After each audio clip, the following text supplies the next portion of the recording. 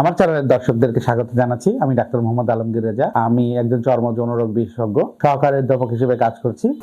আমার আজকের আলোচনার বিষয় অ্যালোপেশিয়া এরিয়াটা। অ্যালোপেশিয়া এরিয়াটা নিয়ে আমরা আগেও ভিডিও করেছি।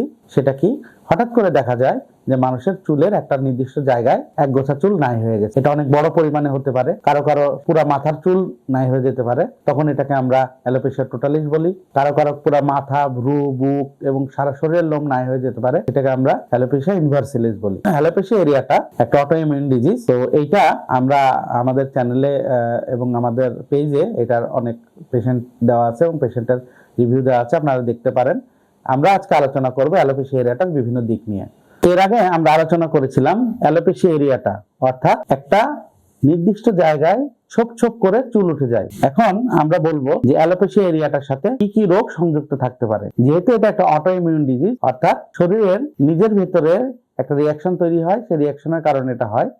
তো এটার সাথে অন্যান্য রোগও সংযুক্ত থাকতে পারে বা অন্যান্য রোগও হতে পারে। সেগুলো কি?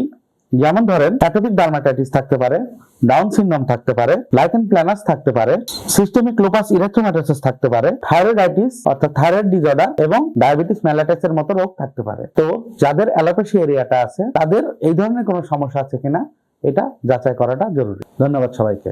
আসসালামু আলাইকুম।